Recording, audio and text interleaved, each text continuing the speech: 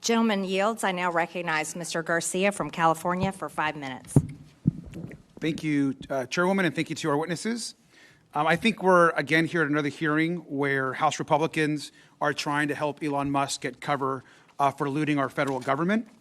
DOGE, and so far this committee, has not been about efficiency or better services.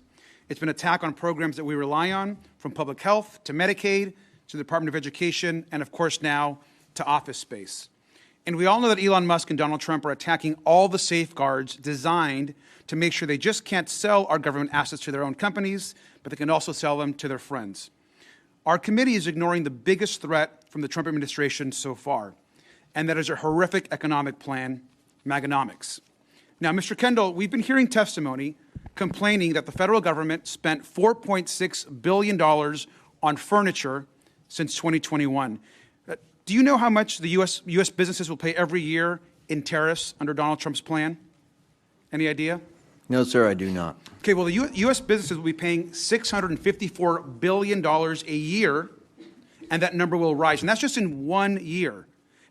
That number, of course, is enormously much larger than anything that we ever spend in furniture. We're looking at the biggest tax increase in over 50 years. Now, Mr. Kendall, the total value of all property held by the federal government is about $330 billion, as stated. Is that correct? I have no basis to challenge that number.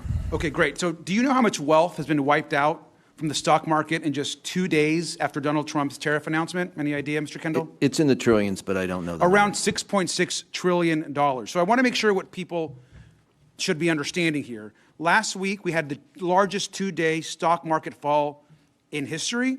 We're talking about furniture and office space while people are losing their retirement accounts, while the stock market is crashing, while Medicaid is under attack, while healthcare costs are going up.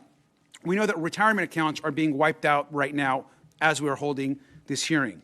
Companies, many of them, are no longer able to invest. People are losing their jobs. And we're here talking about furniture while Donald Trump is destroying the economy.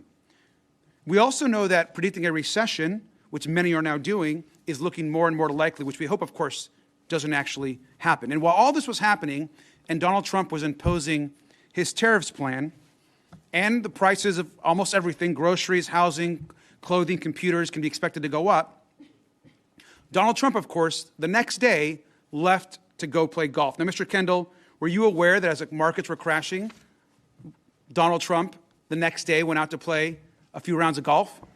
I do read the paper, so I did know that. And perhaps maybe instead he should have been working with world leaders or allies to actually work on the tariff crisis, but instead, of course, he was, of course, on the front page of the Wall Street Journal, which is a very conservative paper, as we know. I think it's clear that Donald Trump could care less about the harm he's doing, doesn't care about American workers or the community, and unfortunately, Republicans in Congress want to debate office space and furniture while the president torches our own American economy and the global economy. We have businesses right now, back in my district and across the country, that are getting hammered and suffering and firing employees. But instead, we're continuing to have these really unfortunate, I think, hearings.